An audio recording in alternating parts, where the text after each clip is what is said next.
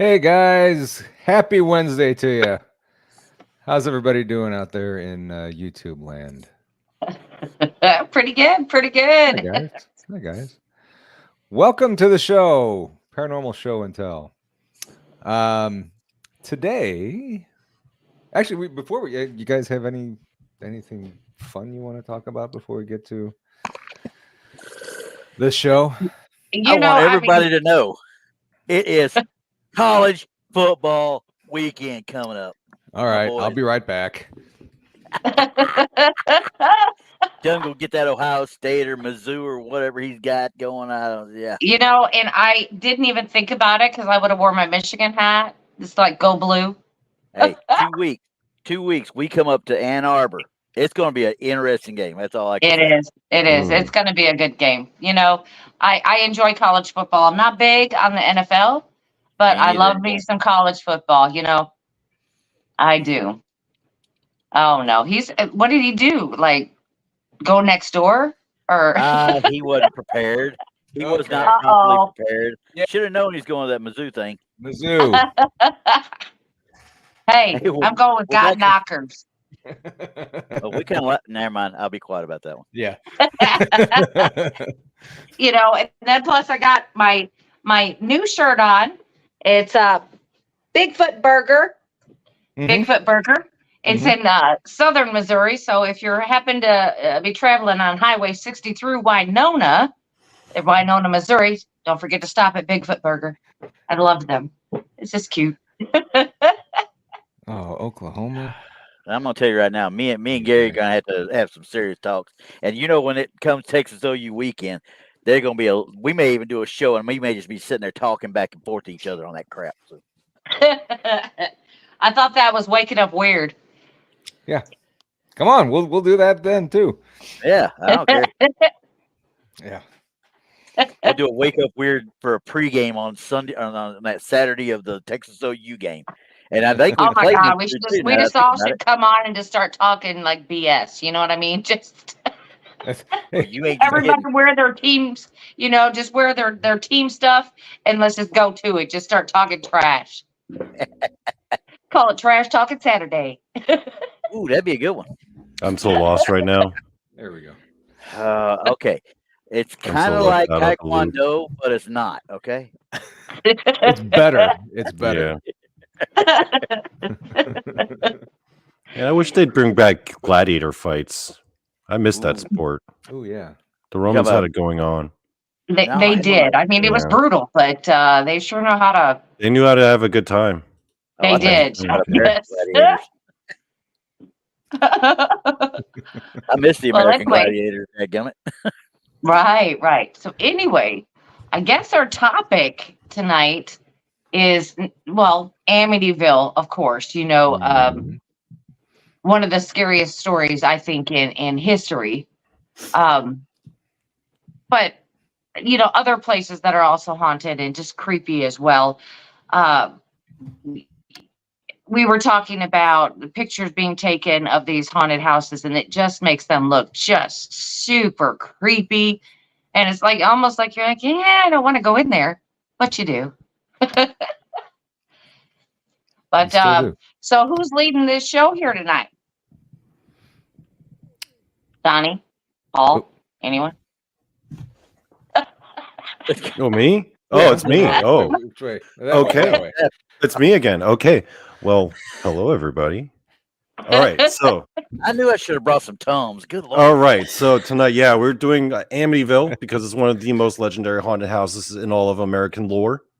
Right? It's been studied. It's had movies made about it. I'm sure we've all seen the original movie. Yes. Yes. Yes. Many times. Yeah, okay. All I can I say haven't, but- about that movie was that Margot Kidder was a hottie in that movie.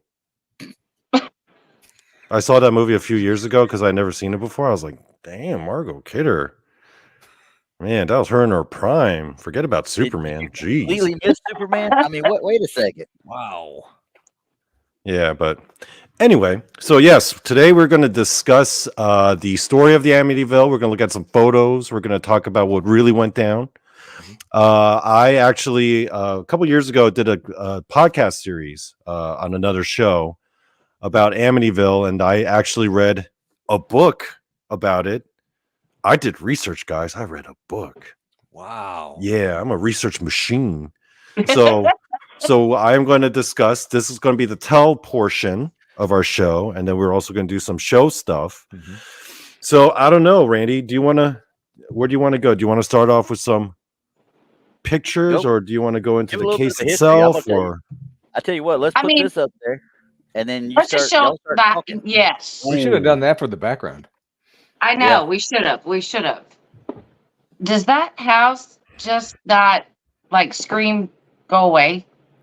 I mean, it looks like it's has glowing eyes. Yeah. And that's the whole design behind it. Obviously, this is obviously an interpretation. It's not a true quote unquote picture. It's been, touched.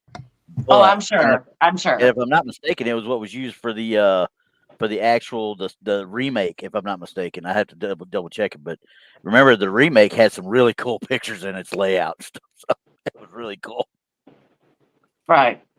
And I don't know about anybody else, but it's those top two windows that define that house for me. When I see those top two windows, regardless if it's that house or not, that's the first thing I think of. I could never have those windows in any house that I ever live in, ever. No. Well, I don't know. Would you guys? I mean, is it the windows or that was a style for, upstate New York and New England at that time frame, the Quaker house, Shaker house, whatever they want to call it, So, right. But you're right. I mean, the way that they framed that house, the way they did it, it just made it look like, oh, good Lord, that house is alive. It does. It does. Like it could almost talk to you. And a quick one real quick, if I can get this up here. They have since redone this house completely. Okay. Yes, I heard they did. This is as of 2019. I'm going to see if I can get this up here real quick. There it is. Because I don't want to give anything away. This is now what it looks like. Change the windows a little bit, it looks like. Yeah. They redid the entire outside, obviously, probably vinyl siding, because, they just love to do vinyl siding in places. But they obviously redid those windows just because of that purpose. Right. Get rid of that evil look. It just looks like a house now. And they completely renamed the actual street. It's no longer Oceanside. Yeah. Yeah, but isn't that creepy in itself that it's 1313 Oceanside? I think that's what it was. Yeah, I'm going to double check it again to make sure, but I believe that's what it was, yes. Yes, it is a private residence currently. Yes. And they've put in efforts to try to, obscure the actual location to prevent paranormal tourists like us. But I'd say it's probably the most famous haunted house in all of America, though I wouldn't say it's the most haunted of the famous haunted houses, but I'd say it's up there as probably the most famous. Yeah. What do you think is the most haunted house? I mean, like looking at it, what do you think? Correction, it was 112 Ocean. 112 Avenue. 112 Ocean Avenue. 1313. I'm thinking 1313. That's freaking the Munsters house. Sorry. Probably. I think some of the Randy World. Yeah. There's a lot of shenanigans when it comes to the actual story of Amityville, which I hope we could start getting into a bit once we explore the actual topic and go into the details of the actual events. I guess. All right. So the book that I got here is called "The Night That the DeFeos Died." I guess to recap, we all know the story of what actually happened, right? There was a family there. One of the sons, according to, I guess, common knowledge, is that he went around and slaughtered his entire family, went to prison. George and Kathy Lutz later on move into that house and experience paranormal phenomena, from which they make the movie, right? Okay, so this book that I read was called "The Night That the DeFeos Died," and it was written by a guy named Rick Osuna, who later on kind of went crazy and went on to become like some weird yoga instructor on YouTube. I don't know. Anyway, so this book was a little bit different from all the other books, all the other exposés on the actual murders, because one thing is this guy actually gained the trust of Ron Jr., the perpetrator. He gained the trust of Ron Jr.'s wife. Oh. So here's a little known detail about the murders that happened. The guy who did it, he was married at the time when the murders happened. A lot of people assume it was like a younger guy. It was like a son who was disgruntled or who got possessed. No. At the time of the murders, Ron Jr., the guy who did it, was not even living in the house. He was living in New Jersey with his wife and his 2 stepdaughters. And so the author, first person he approaches is the actual wife of the convicted murderer. He gains her trust, and she tells him the story of what happened from her point of view. And then they interview Ron in prison together, the wife sitting next to Ron and the author. And Ron, at that point, at the time that he gave the interview and gave all the details, all of his appeals had all run out. Meaning he had a reason to embellish a lot of the story with previous authors, because at the time, the reason why the story was so publicized was because they thought that would lead to Ron getting winning an appeal. But by the time they interviewed him and his wife for this book, all those appeal opportunities had all run dry. So he had nothing left to lose. So and his wife was there. Yeah. So he gives the full detail, the full account of what actually happened. And it is so different from what people believe happened. Because, most people's understanding was that, this guy flipped out. Maybe it was some kind of demonic possession and went around shooting all the members of his family. Okay? Donnie, what was the name of that book again? It's called Show us the book. The Night the DeFeos Died. Okay. And there's a picture of the family portrait there. And who wrote it? Rick Osuna. Okay. Yeah, it's available out there, guys, if you want to check it out. It's very fascinating. Oh man, but when you actually look at the details of what happened, and then it's got so many crime scene photos. I don't want to show you photos from the book because it's got bodies and stuff. Yeah, a little grotesque. Yeah. It's not family friendly. But I'll show you on my channel, Donny Joe Says Stuff, because all things go there. No holds barred. So is it more like a true crime read? It is a true crime read. It is absolutely a true crime read.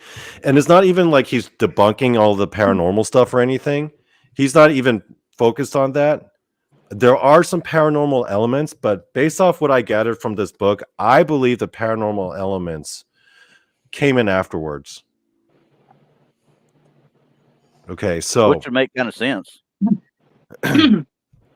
There's a lot of mafia stuff actually going on. Yeah, my question was to you was because Senior, the way I understood it, Senior was actually mixed up with the mafia at one point.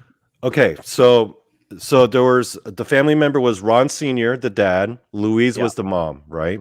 Okay. Ron Senior worked at his father-in-law's Buick dealership, Michael Brigante, Louise's father. Michael Brigante was the one who had the mob ties. He was kind of like the money man for, I forgot which mafia family. It was like one of the bigger ones. I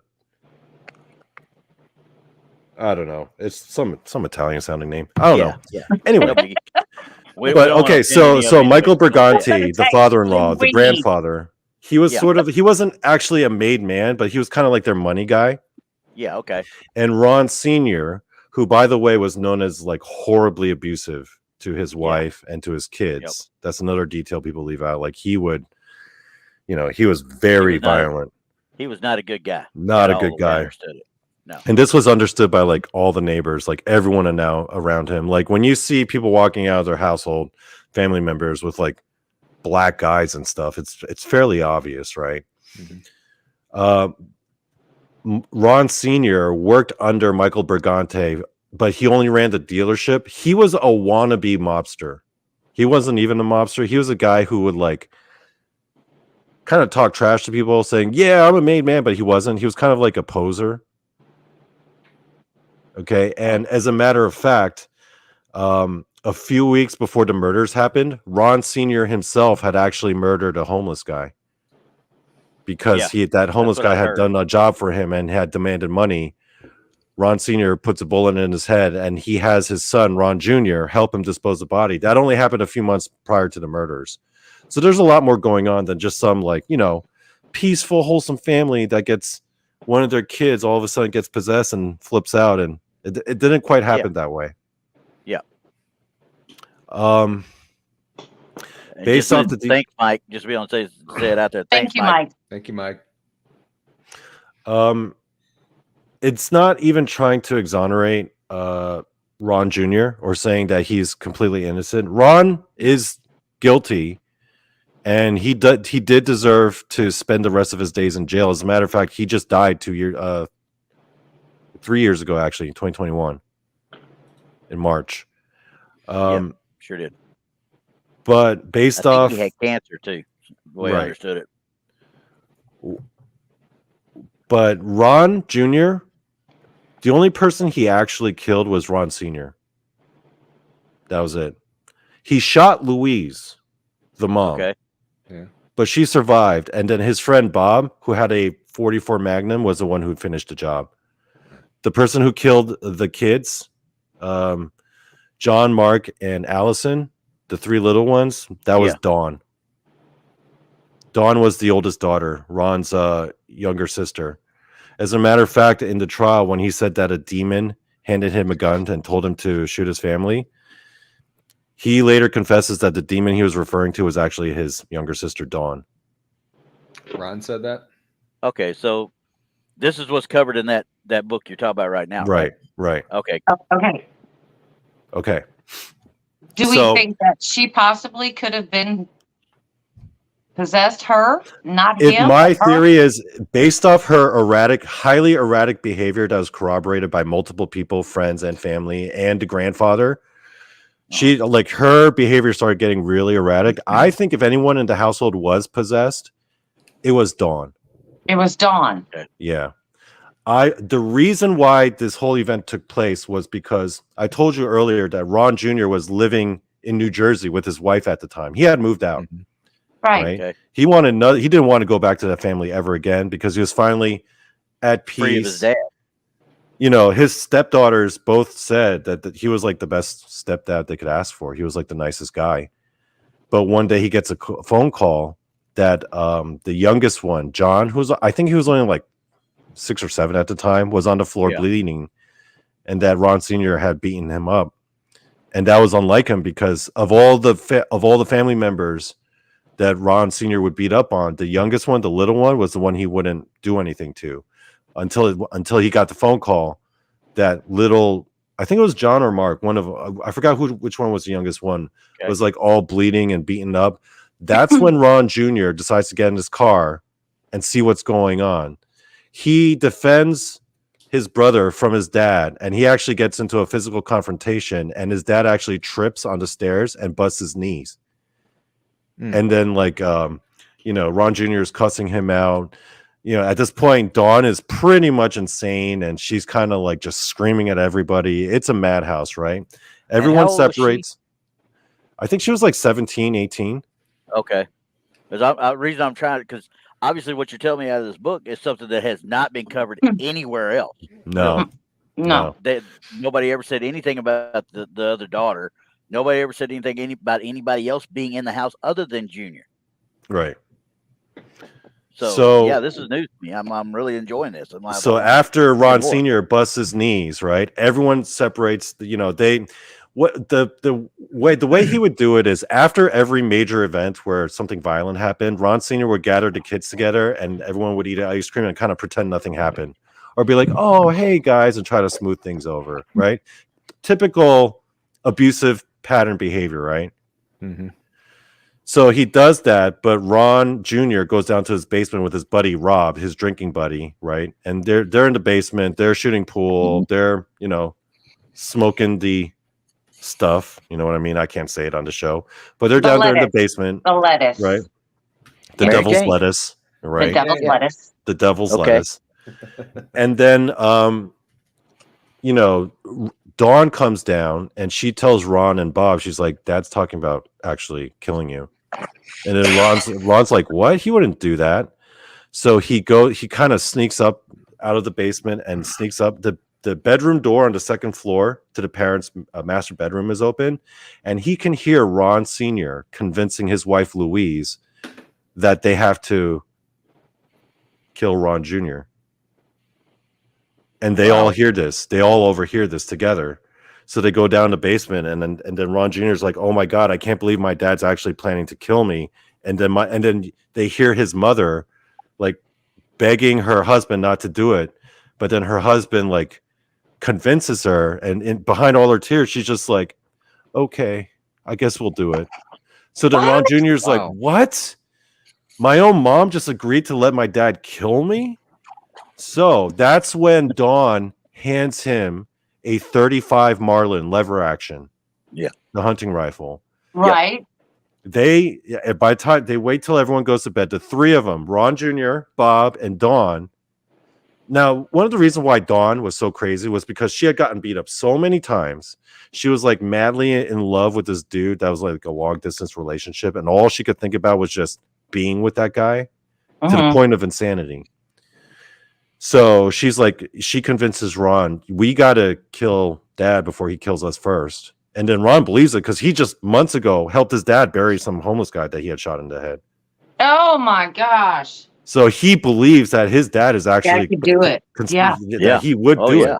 Yeah. So the three of them, Ron's got the gun, Dawn's behind him, Bob's behind him. Bob's got a 44 Magnum. So he opens the door. Their parents are in bed. He shoots Ron. I guess it hits him in the back or like in the shoulder. Ron gets up, charges him. And, you know, he's a big guy. He chases him out into the hallway where Ron Jr. shoots him in the chest. Ron dies right there. Louise is sitting up in the bed screaming. Ron shoots her. She flies back, hits the headboard. She's still alive. And then Bob comes around, puts one in her head with the Magnum. And then Ron said, "Hey, man, that's my mom." And at that point, Bob freaks out, runs out of the house. He panics. Yeah. Ron Jr. tells Don, "Hey, I'm going to go get Bob. You take the kids, get him to Grandpa's house," because his top priority was keeping the kids safe. Yeah. So he's running around the neighborhood trying to chase Bob down. Finally catches up with Bob, convinces him to go back to the house and help him deal with the situation. By the time they get back to the house, he finds all the three kids have been shot. Oh my God. He goes up to the third floor where Dawn's bedroom is. He sees Dawn just sitting there casually listening to records as if nothing's happening. Just like kind of la la la. He sees the 35 Marlin at the like by the doorway. And he is so upset because obviously she just killed his kid, his brothers and sister that he was trying to protect. His whole reason was for him even being there was to try to protect them. And even after his parents had been murdered, his whole priority was get the kids to Grandpa's house, keep him safe. And he thought that Dawn was going to drive him to Grandpa's house, Michael Brigante. Yeah. And the whole reason that they went there was to kill Ron Sr., right? Well, initially he was there to protect his youngest siblings. Yeah. He was there to but protect later that night they kill Ron Sr. And then when he sees Dawn in the bedroom being all casual and nonchalant, and he sees that 35 Marlin on the ground, his first reaction is one, rage, and two, if I don't shoot her first, she's going to shoot me. So he goes to grab the gun. She rushes him. They're going to get in a wrestling match. He eventually forces her off. He pushes her back into the bed. Her back of her head hits the headboard, and then he turns the gun around on her and shoots her. So he's like, and then he and his wife are telling Rick Osuna this in the book, and the wife is sitting there nodding because remember she was his wife at the time, you know. And they were like, that is what actually happened. Now, the crazy thing is. But before you get into that, some people are asking about the book again. Can I put the link to Amazon on the chat? Sure. Yeah. I mean, okay. Yeah. Put the link in, and again, it's called "The Night the DeFeos Died" by Rick Osuna. And guys, gotta warn you, there are a lot of photos from the crime It's scene. graphic. It's pretty gnarly, so just heads up. The whole paranormal thing was kind of thought up by Ron's lawyer to try to drum up support, but there was some other weird stuff going on, right? Okay, so before the murders, Ron Sr. had gotten it weirdly, like you would call it religious hysteria, where he had gotten close with this one Catholic Jesuit priest up in Canada, like a couple years prior, and he gets all religious, like weirdly religious, to the point where he would beat up on the kids or the wife, and then later that night he'd be out in the yard in his underwear loudly praying to a statue of Mary in front of all the neighbors. Yeah. Like the neighbors would see it, and this guy's just in his tighty whities. Like weird stuff. That's There's some psychotic behavior. weird stuff going on, and there's a lot of I think there's some stuff going on with that priest, because ever since he got close with that priest, things started getting really weird. That's when Dawn's behavior started getting erratic. I do think there could be potentially some kind of paranormal connection there.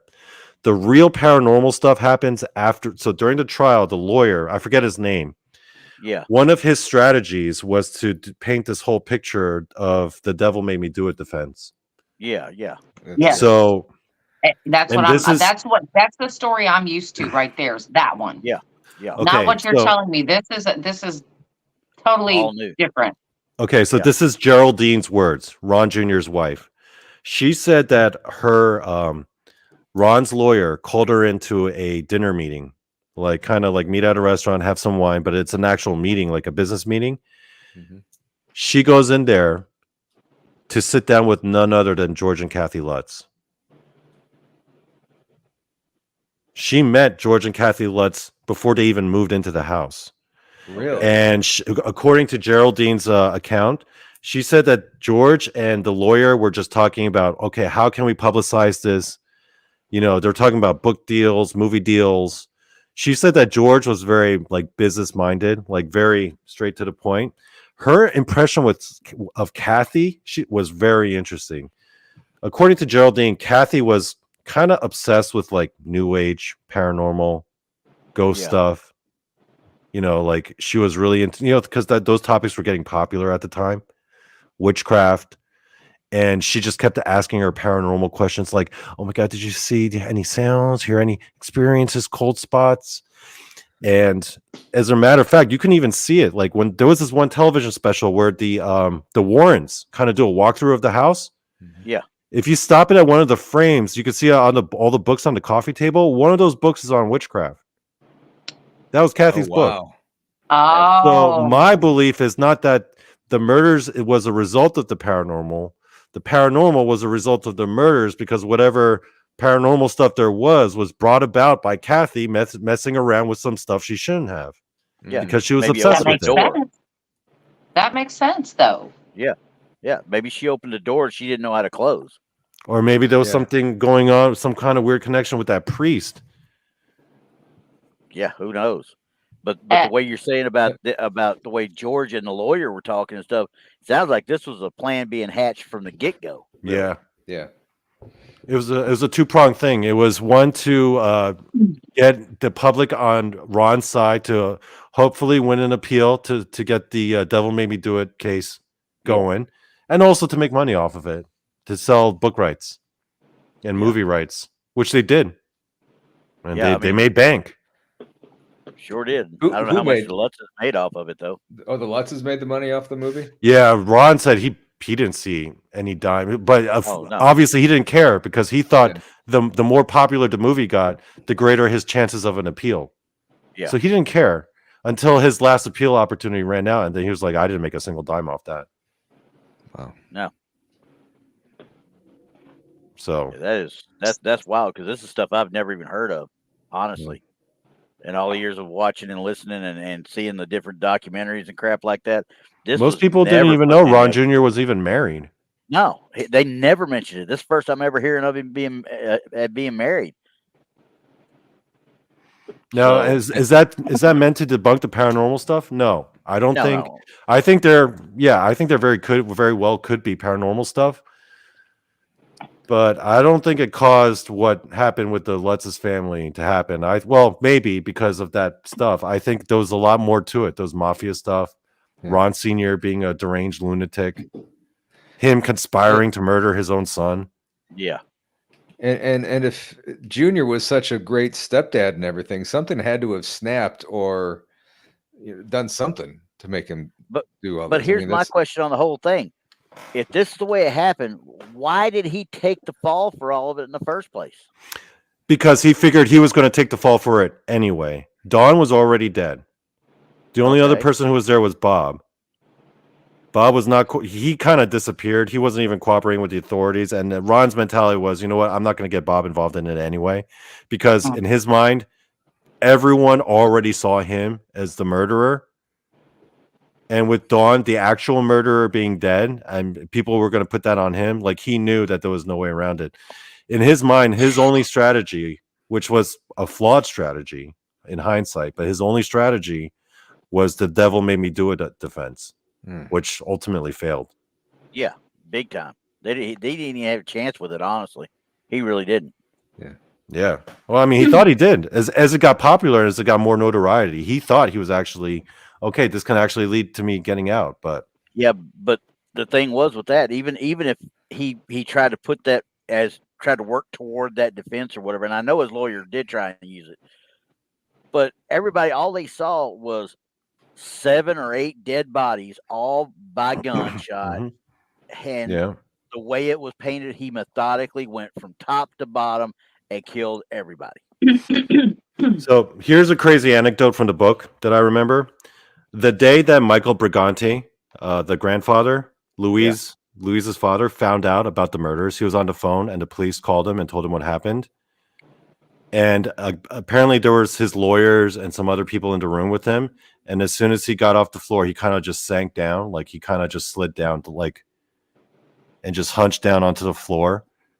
They say he just dropped onto the floor like a sack of potatoes. And he was like, and the first thing he said out of his mouth was, "Oh my God, Dawn actually did it. Dawn, the sister did it." Yeah. The grandfather knew that Dawn did it. That's wild. That is wild. Yeah. I wonder if he had been noticing her behavior, or if she had said something to him, or everyone had led to that. There's stories about from the neighborhood friends leading up to those events that Dawn would do really weird stuff. Like she'd be in a car with people and then she would whip out a gun, like an empty gun, and pull the trigger and hear the click, and everyone would freak out, and then she would just start laughing hysterically. Wow. That was the kind of behavior Dawn was up to. They said she was on all sorts of drugs, and she was just out of her mind. Well, do you think which is the current state of our country today is a lot of people self-medicate? Do you believe that she was self-medicating maybe a mental illness and was giving, because she was delusional?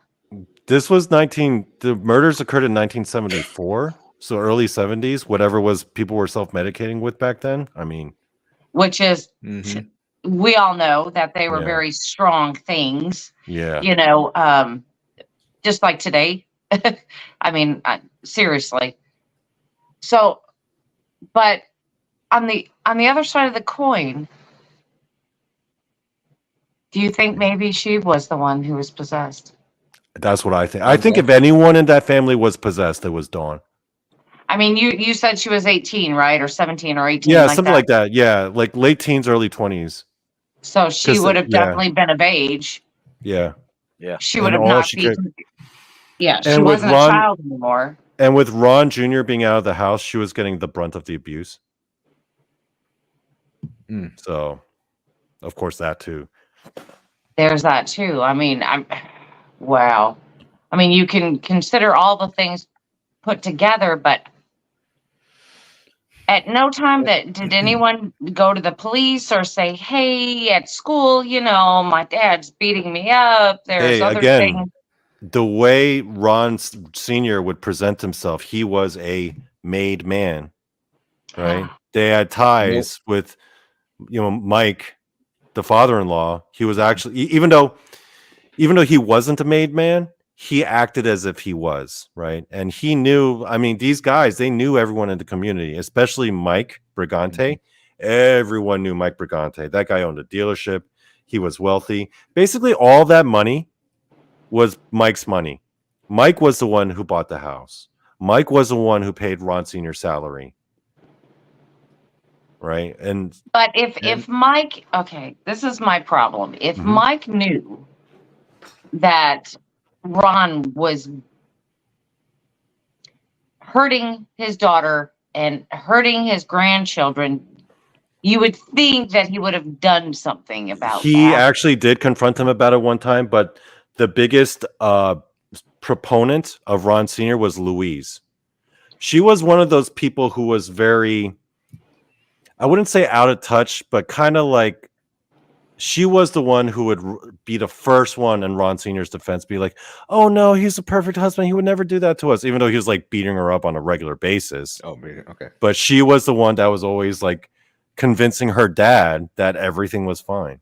That everything was fine. Yeah. Okay. Here's another question. Now, I know what you're saying about the book right there. Now, I've just done a little bit of research too. He's given countless different variations of this story. He has given different stories, yes.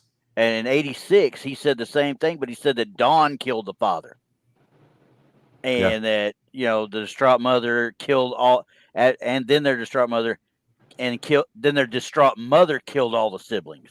Right. So I'm like, now I've got to sit here and question. Obviously, don't get me wrong. I fully, there's no doubt in my mind some of this. No, I get it. No, he talks about that in the interview. Yeah. He said like there's been so many books and authors that have come up to him and interviewed him and news reporters. And he said, every time I tell my story, it's a little bit different because every time I'm trying to do, you have to keep it in mind from his point of view, right? Yeah. He's in prison. He's in there for years, months on end with nothing to do. A new author comes along. Hey, why don't you sell us your story? Right. And he's going to be like, okay, this appeal didn't work this time. What if I change this detail here and have this expose? But you have to keep in mind, all those times those stories change he was still up for appeal after appeal after appeal. This book here was when all the appeals were done. There was nothing left to gain. And also, this was the only one where Geraldine got involved. Well, no, he mentioned Geraldine in 86 too. Yeah. But my question is if he's doing this for the appeals, why his lawyer didn't tell him, hey, you telling this to an author or doing an interview about it is not going to affect your appeal process at all? It was weird. He also switched up his lawyer like 3 or 4 times. Yeah, and one of the weird things was that Ron Jr. was very proud of the fact that like he really did not want to use the insanity defense. Okay. Right? Which was kind of counterintuitive with what you're trying to do. Yeah. Like he was always very proud about that. He's like, I don't want people thinking I'm some weirdo psycho.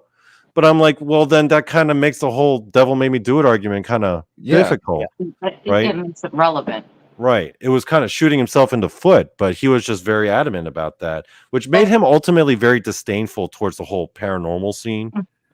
Well, he just kind of, a lot of times he just played along with it, but that was mostly, the paranormal stuff was mostly George and Kathy Lutz, if anything. They were the ones. Yeah. Well, this is my whole deal here with this. I don't care basically what Ron Jr. says at this point. He ultimately is responsible for 3 deaths. And that's the father, the sister, and he just because somebody finished off the mother, he got her first. Right. You know what I mean? So he would, regardless of what he says, he is essentially. No, he says it himself. Oh no, I am. He admits it. I am totally guilty. I deserve to be here. But the thing that upsets him was the kids. That's the part that bothers him. That people see him as the one who took their lives when all he wanted to do was to protect them. Yeah. I think we'll never know the real story on that. Now, Probably not. kind of getting back to why she didn't say anything in the first place when he was beating the kids and everything. Maybe this was at a time when women stood by their men, and he's a great husband. He provides for us and everything. Right. I mean, nowadays somebody does that, and I mean, think about it. She agreed with her husband when he convinced her to take out their son, their oldest son. Yeah. So she eventually relented. Yeah. Okay, so now we got a real good backstory for the house itself. Yeah, Yeah, I mean, because- now, I mean, we know that it was horrific. Mm. I mean, it just sets it up for paranormal stuff to happen. Well, yeah. I mean, Yeah. think about what we do as far as our investigation stuff. Can you see that being the biggest residual haunting place that you ever saw in your life other than Gettysburg? Yeah. I mean, And I definitely think that Kathy was doing stuff, if you know Yeah. what I mean. You know, she Yeah, was definitely I- doing stuff. Yeah. I think she was doing a little bit of conjuring. Yeah. Mhm. And you know, when did they move in? The Lutz family, when did they move in? 75. 75. Yeah, Okay. yeah. So we know that seances, Ouija boards, you know, the table lifting, all of that stuff was in practice. That was how you ghost hunted at that time. Yeah. This is what you did. And I believe that she may have been responsible for some of this. Mm-hmm. Very well You know, could they have been. didn't have these For sure. high-tech gadgets and blah, blah, blah. They did say, so for your point, Donnie, of maybe she manifested these things. Absolutely. Now, Sorry. were these Wrong stuff. were these hauntings still going on after the Lutzes moved? No To my knowledge, reports. no. No reports to my knowledge. As far as I knew, after the Lutzes Yeah. left, it was done. But Now, then the yeah, later yeah, owners, they after- were very anti, like they didn't want that kind of attention on their house. So even if No. there was activity, they wouldn't be reporting it because they wanted to be left alone. Mm-hmm. But none of them ever went screaming out of the house like the Like the Lutzes Lutzes did. You did. know what I Nothing mean? like that. No. No. Well, okay. So let's talk about the Exorcist house, the one that's located in St. Louis. Now, the person who owns it now has no paranormal activity going on in that home. None. Mm-hmm. I don't know if it's because of his non-religious beliefs, because he is non-religious. Yeah. I don't know what to believe or why that is. I mean, but Well, That's I mean, the reasoning that I heard, because when I heard there's absolutely nothing going on there, I'm like, how could that be? But then somebody explained it the way he's non-religious and everything. He doesn't believe in this stuff, and nothing goes on there. yeah. well, on the because- flip side, you hear doesn't- paranormal accounts and reports of activity in newly built houses. Yeah. You know. That could No. also depend on the land that it was built on. Yeah, it could depend on the land. Yeah. You know, but I also believe that there are such things as transient ghosts that just kind of like meander their way around. They don't necessarily hang out at I don't think that they're stuck necessarily all the time. I Mhm. think attachments are kind of stuck, but there are other ghosts that kind of like, you know, because I've seen it many times where there would be a ghost in you're getting names and dates and things of people who didn't live in that area. They just didn't live in that area. Like I did a morgue once, and we're getting names and dates, but they're of just bodies that had been through there. They didn't live there. Right. They didn't have family that worked. They had nothing, but it's just family. And, you know, and we traced it all the way from, you know, from the birth certificate all the way to the gravestone, you know, and they had nothing to do with that particular location, but except when they passed, they were taken there, prepped, and then buried. That's the only thing that's the only connection. Yeah. So, I mean, I don't know. I think Dawn was possessed. I really do. It sounds like she was, if the story is the right one. Yeah. Yeah. Okay, if this is the correct version of the story out of the 100 we've heard. Because she would have been very vulnerable at that time with, just the self-esteem thing, the abuse thing, the everything. You know what I mean? It's just like all of it. She was prime and available for that. Her strength and religion wasn't strong. She was not prepared if that is what happened. She just wasn't. But I wonder if they kept any of those. That's weird. The evidence, if they kept Dog any had of to I wonder if they kept any of the evidence from the crime scene, such as the pew pew and the any of just any kind of like Blood soaked DNA or something they could towels. test now.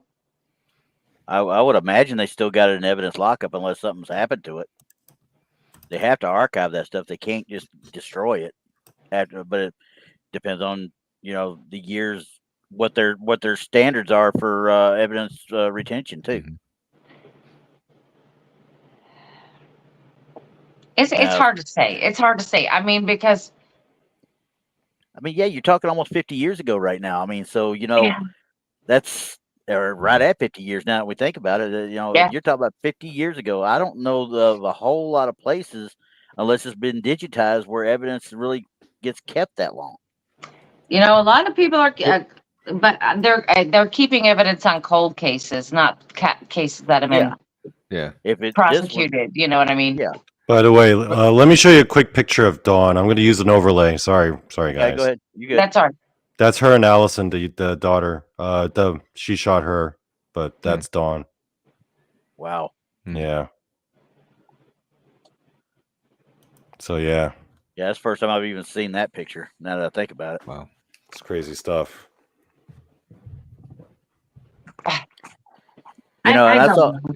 I saw Big Bird talking about we were talking about the Lutzes and stuff, and they were talking about across the street they found wires and stuff several months after all the hoopla that happened with it.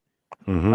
And they found wires and stuff going to the house across the street or next door or whatever it was. This is the first I'm hearing of that too, because I've never heard of them actually finding anything in an adjacent house that could be associated with it. What kind of wires? Like I just saw wires like the wires to create the hauntings and the movings and stuff like that. Supposedly that were over there. Now I've never heard that, so I never saw anything documenting that either. Do we perhaps have a picture to show how close the other houses were on each side of it? Do we have that? Perhaps because if I remember correctly, they weren't too far apart. Let me see. They weren't that far apart, no, but I don't. And I don't think they were right on top of each other, but I don't think they were that far apart.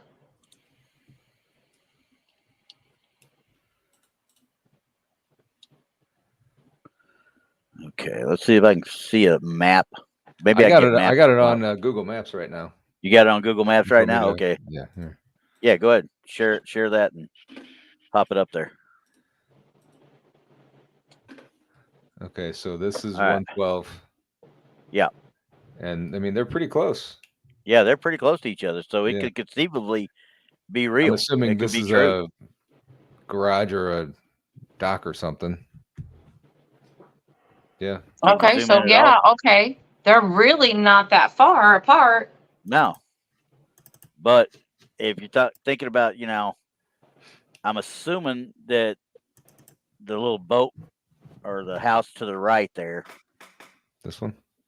Nope, to the right of toward the river there. This here? Yep. I'm assuming that belongs to somebody else. Well, we don't know. And I mean, it looks like it's for sure. Whatever. It should be part of that property, maybe. Yeah, I'm thinking this might be the dock for this house or something. And of course, that's now too. Maybe that didn't exist back then. Actually, this is a different address. This is 114. This is 112. This says 114 right here. I don't know if you can see that. All right, so it is a different different address. So it's just there, and then you got the house behind them, and you got that house in front of them, then you're not talking more than maybe 50 yards apart. Right. So conceivably, could it have happened? Yeah, it conceivably could have been run. It could have been, but still, that would have been a lot to hide. Yeah, and you talk about Ed and Lorraine Warren going in and doing the investigation on it. Ed's going to pick that stuff up like that. Oh, yeah, they would have walked out. Yeah. Oh, yeah, and there's been some Native American, like, I looked into the history of the land itself, and there was, like, a site where some Lenape Indians, like, went to battle, and a bunch of them got slaughtered, like, right around that area, and they found bodies. Okay. There was even, like, archaeological excavations, like, not too far from there, of like Native American warriors who had fallen in battle and people who were slaughtered. I mean, there's a lot of weird juju about that whole area. Yeah, because it's Long Island, right? It's an island. It's a major. There's going to be a lot of human traffic there even before the arrival of the modern Americans. Yeah, wow. There's stuff going on. Oh, and by the way, in case people were wondering, this is Ron Jr. and Ron Sr. These portraits were on their stairway. Like they had these giant portraits that after the family died, Michael Brigante took all of them. That was like the one big thing. This is okay. Now I can't hide it. Uh-oh. Hey, it's hidden. There's Louise, the mother. Yep. So yeah. Wow. Yeah. So anyway, yeah. I mean, and of course, after we even talk about that, then we hit on it a little bit. The Warrens and their investigation of it, as they went in there, and of course, Lorraine never had any issues in any of the rooms except for one. The way I understood it, the way it was written up, there was one room, the sewing room, I think it was, that she had an issue with. I don't remember if it was upstairs or downstairs, but she said there was evil in that room. That's what she said.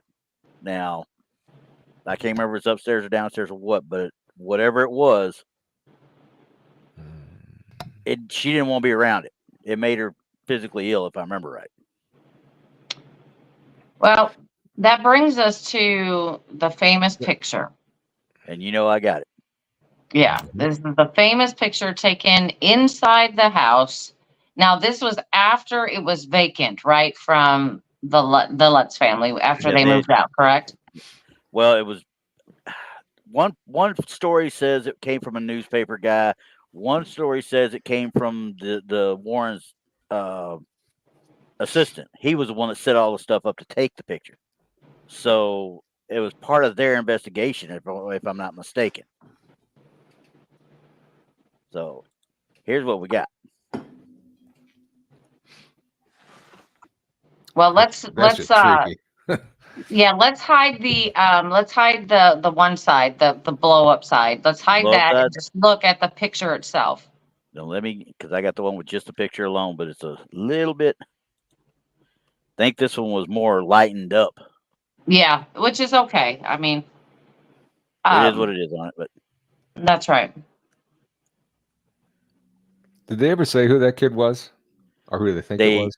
They suspect it being John, the little boy John. Mm-hmm.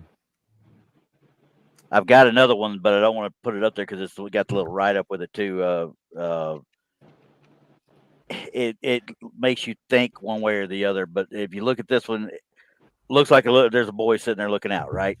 Yeah. Well, let's see here. I'm gonna pull this back real quick, and then I'm going to give you the other one. And that gives you the write up with it. Yeah. This was in 76. Does look like it. According to this. Now, according to this was 76. Now the Lutzes ran out of there in 75. And if you recall, that is the one that Ron Jr. on the night of the murder drove over to their house to try to save from their dad. To try to protect. Yeah. Yeah. Because he was the one that was hurt severely, right? Yeah, and he was the one that his dad would never harm. So the fact that he was harming him made Ron Jr. very alarmed, and he got in his car and drove all the way from New Jersey to Long Island, which is from where he was, because I'm from New Jersey, about a 45-minute drive Well, over the bridge. well, think about it though. Wouldn't you have drove over there? Oh, He said if it had been anybody else, he wouldn't have, but because it was him, he drove over. I can kind of understand that. Yeah. I mean, imagine the rage that builds up in that 45-minute drive. Right. Yeah. Jeez. Yeah. I mean, essentially, you have an hour to just go through all these scenarios in your head. But according to what Donnie was saying, if they were downstairs in the basement, that means things had already cooled off. Everything was okay. They had already been eating ice cream. They'd already calmed down everything else until Dawn enters. Right. And then Dawn is the one that takes it, from calm to, this chaos. Yeah. That's where it makes more sense, doesn't it? Really, if what he's saying is true later on. I think she was possessed. I swear, I do. Yeah, it because sounds that way. I mean, what is a demon wanting to do? They want to spread chaos.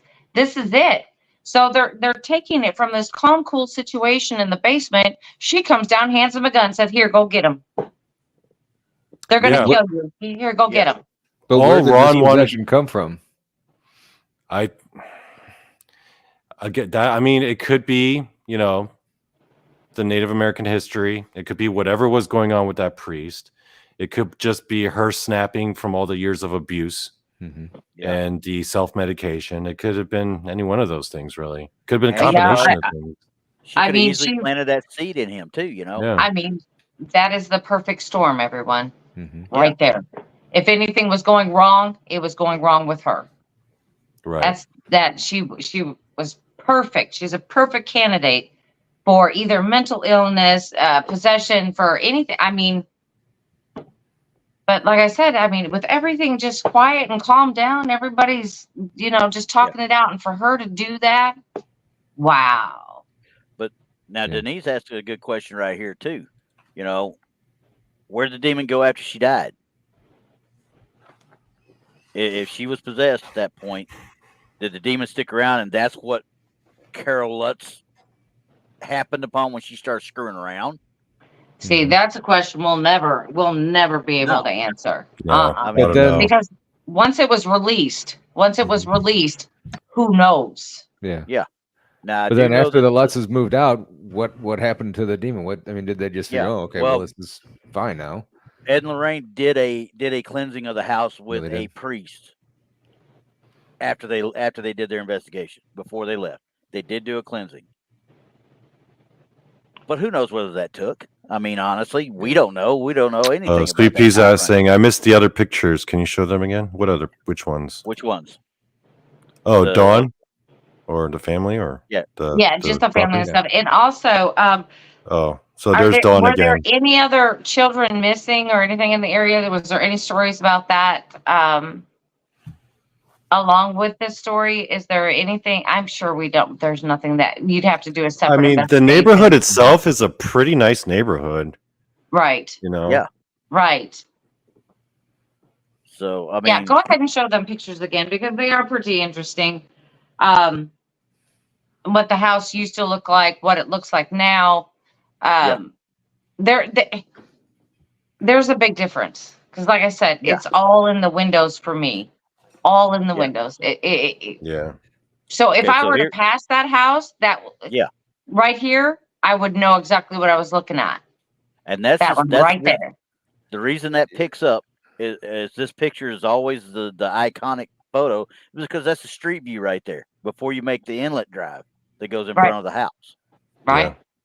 So but if you show the picture where they've redone it, it would look like any type of New England house I've seen.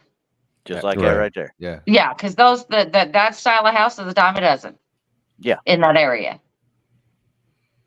So their biggest thing was getting rid of those half moon windows up here that made it look like eyeballs And this is a different view, obviously, because the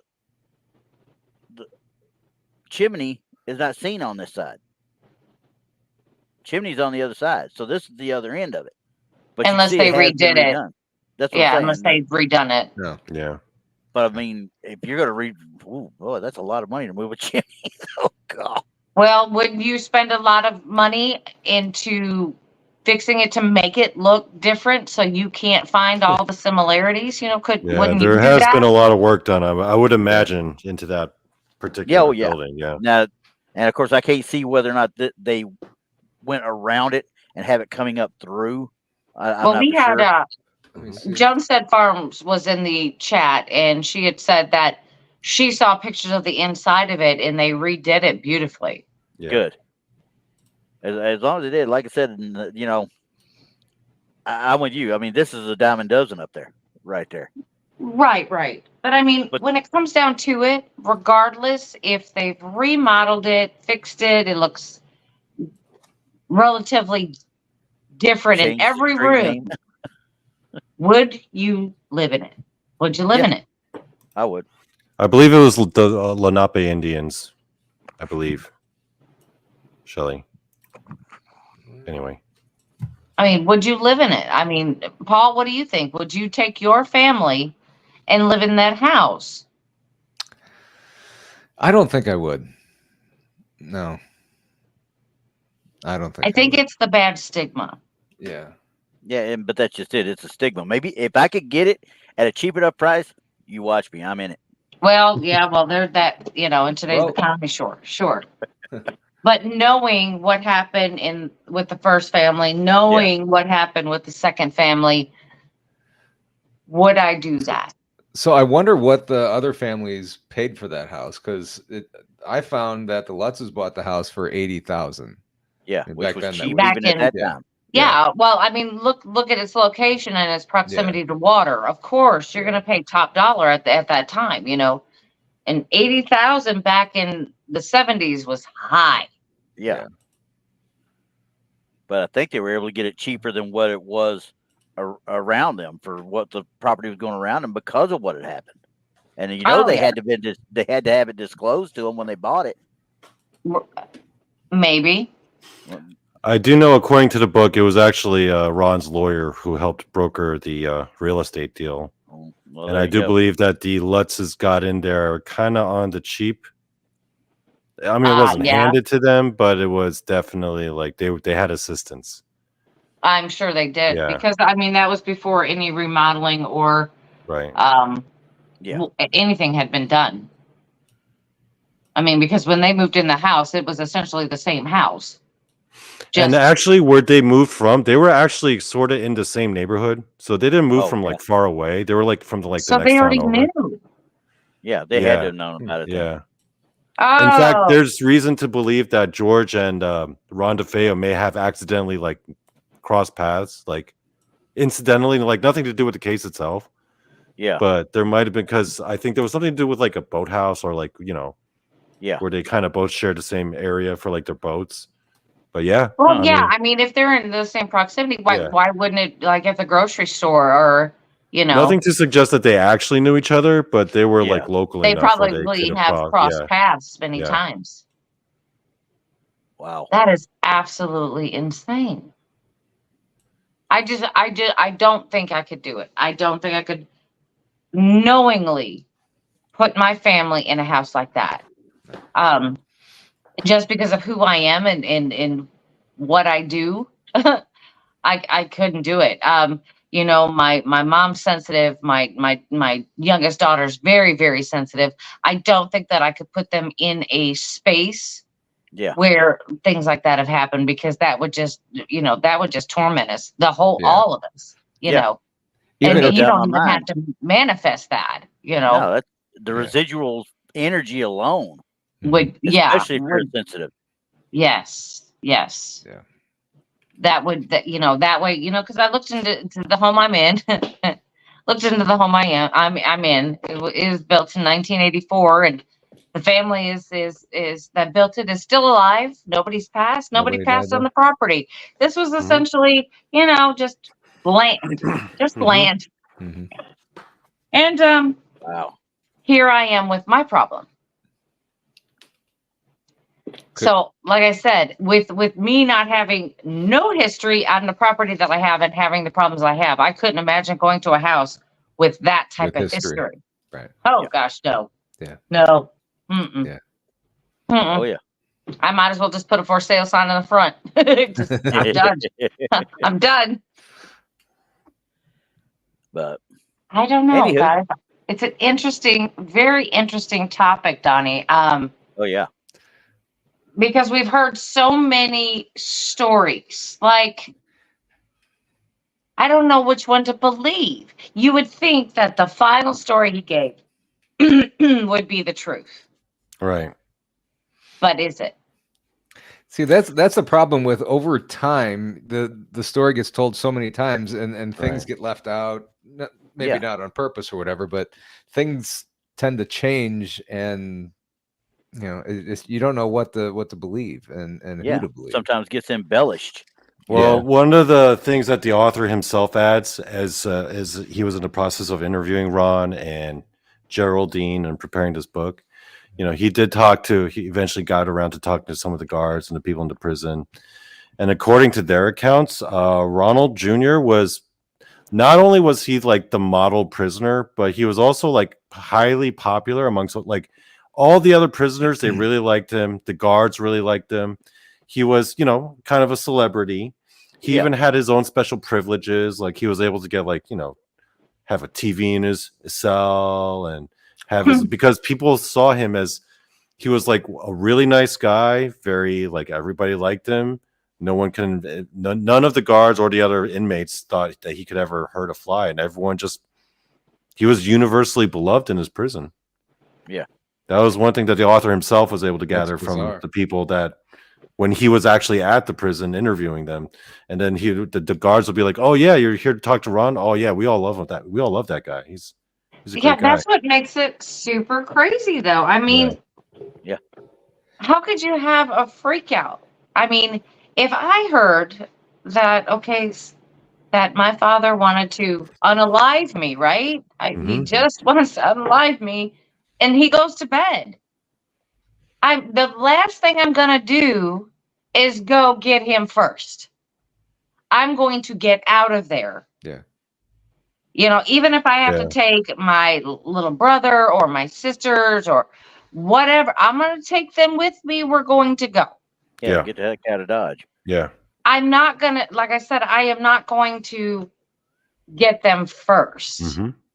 I'm not. That's why I don't understand the whole type of behavior unless there was something like I'm going back to being possessed, something.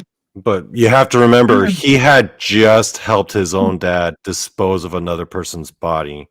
And he knew his dad was the kind of guy who was capable of actually.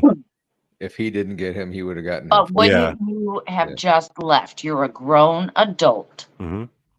When you have left, But then again, if he was connected to the mafia, then they'd find him wherever he was. Well, plus, that part's hard to say. I mean, it's hard to really say. I mean, even if the story is even true, but you got to imagine. Not only does he understand that his father is capable of doing something like that, and he knows where his wife and his stepchildren are, right? And that he got his own mother to agree to it. And yeah, one of his top priorities was keeping those kids safe. But I don't know. Like I said, that was Dawn telling him. And it was Dawn That who put was the gun in his Dawn. hand. Yeah. right?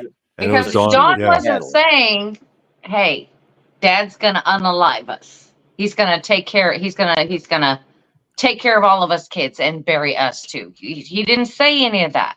He just said that he was going to go after the son. Yeah. He didn't.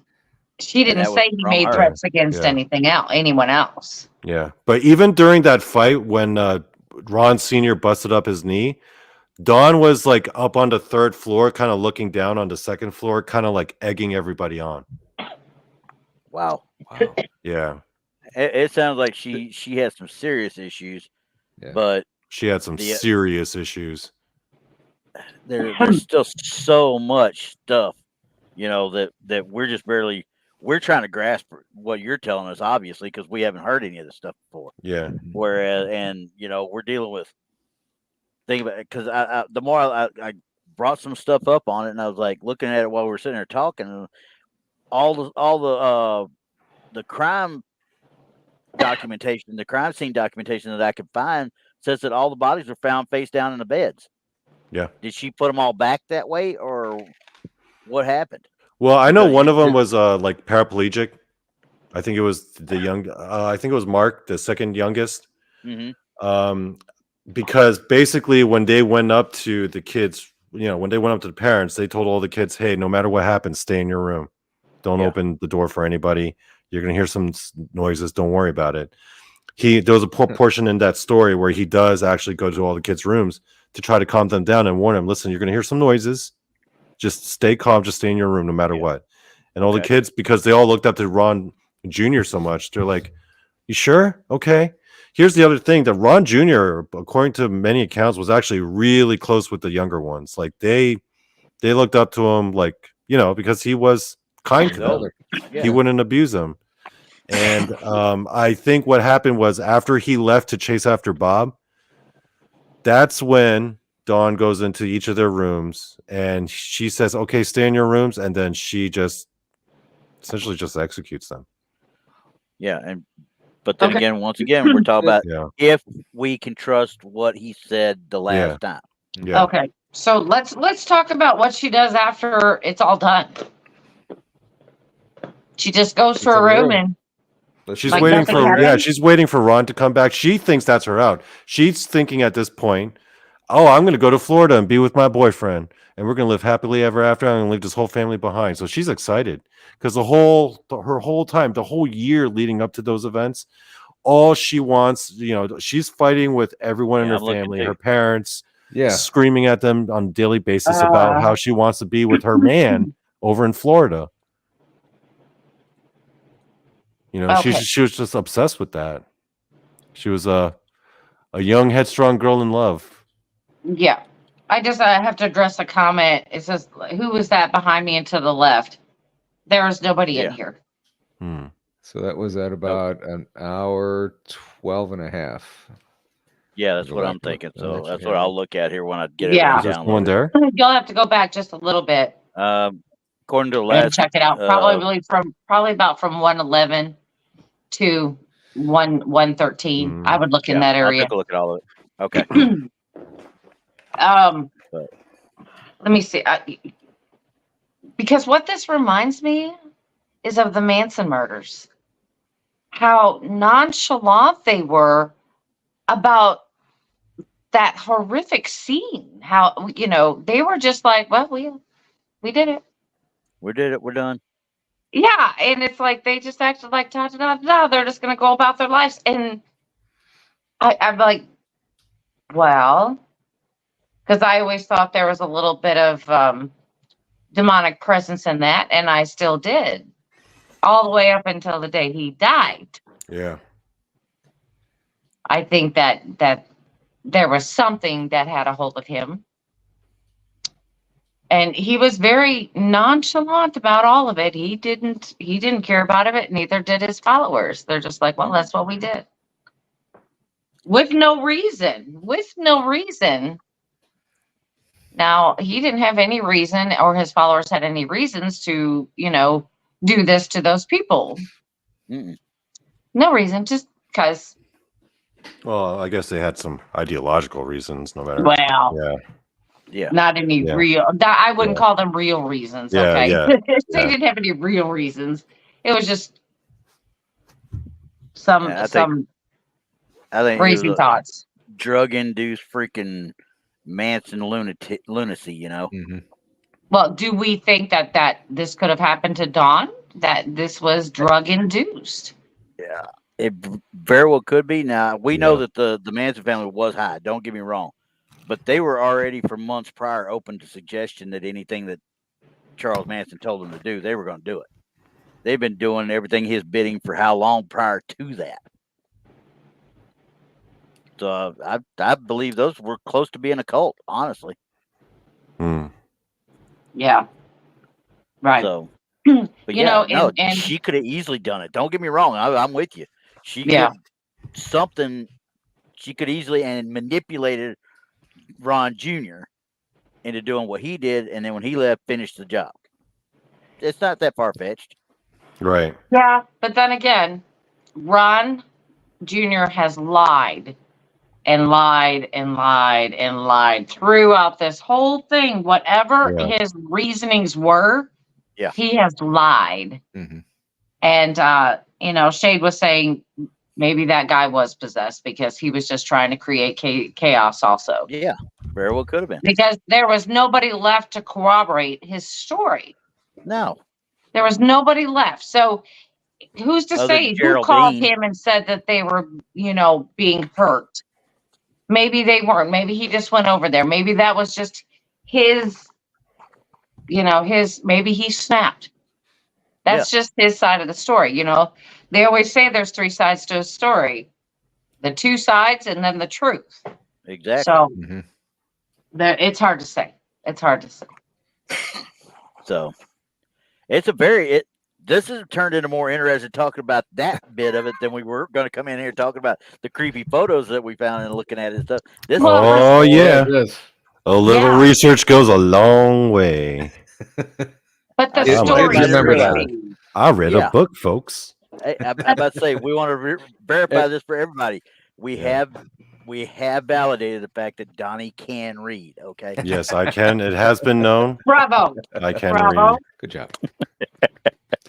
And looking back in chat, Elastic Machinery, I was just joking with Brandy. Oh, okay, So, good.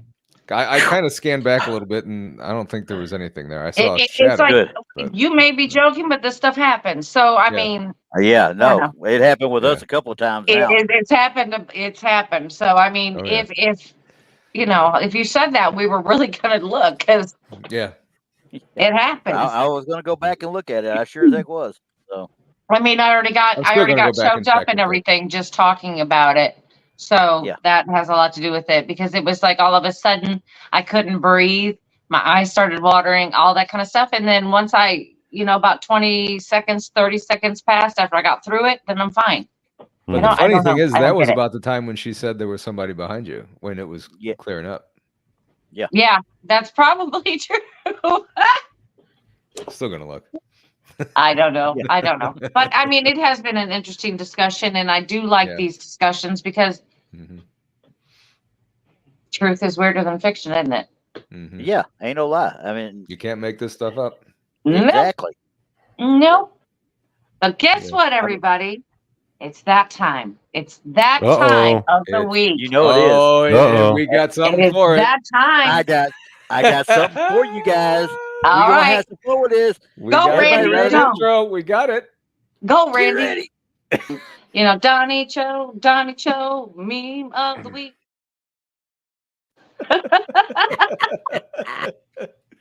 Y'all thought I love wasn't how gonna Brandy's eyes look so bored as she's doing it. She's just like Donny Cho, Donny Cho.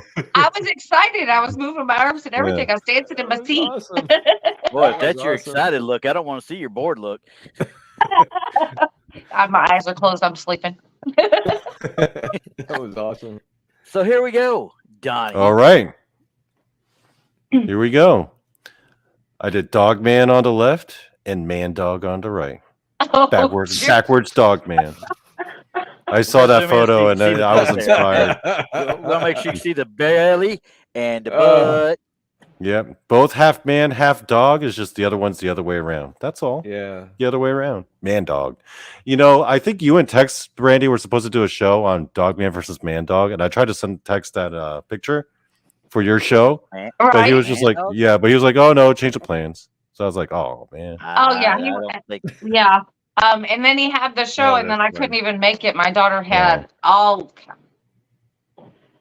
kinds of like things at school. She had to go with student council, and then she had band practice, and then, you know, of course, school itself. And I spent my whole day running back and forth to her school, which is not easier because it's 20 minutes one way to get there.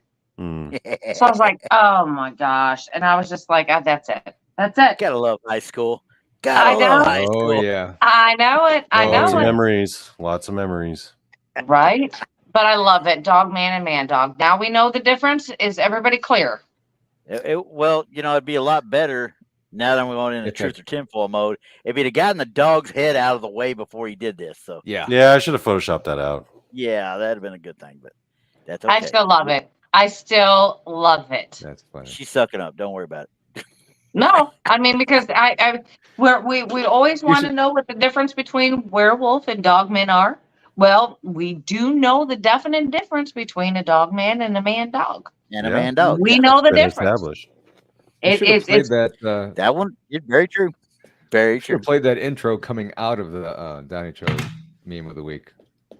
Wait, it. what were you talking Speaking about? of Were you talking dogs. about Donny Cho, meme of the week. Do that in the front and back of the thing. Yeah. She's gonna regret doing that for the rest of her life. I know it. I And like that little dance. It's fun. it's for my brother from another mother, Donny Cho. Oh yeah. I won't do that for a lot of people. I'll do it for him though. Speaking of man dogs. Man dogs. All right. Well, I guess it's time to say goodnight.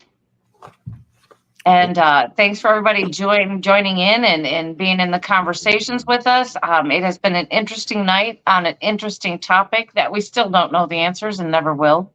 Nope. Kind of crazy. Mm-hmm. Any last thoughts? Go get that book. Yeah. I'm I'm gonna gonna have hop over to to. Amazon. And, now to get yeah. that. Yeah, I got a final thought. Yeah, Margot Kidder was a hottie back in the day. I got a final thought. No matter how many times you adjust that Mizzou hat, it ain't gonna help. Oh, okay. All right. We'll see come mid-December who's in the playoffs and who's not. Oh, go blue. MIZ. You're on I'm gonna say probation. go You can't blue. be there. You're on probation. You can't be there. All right, everybody. Thanks for again tuning in, and we'll see everybody next Wednesday at 7 p.m. Central. And see ya and good night. Before we Oh. hear a quick thank you to I'm sorry. Mike Bothwell from Ottawa.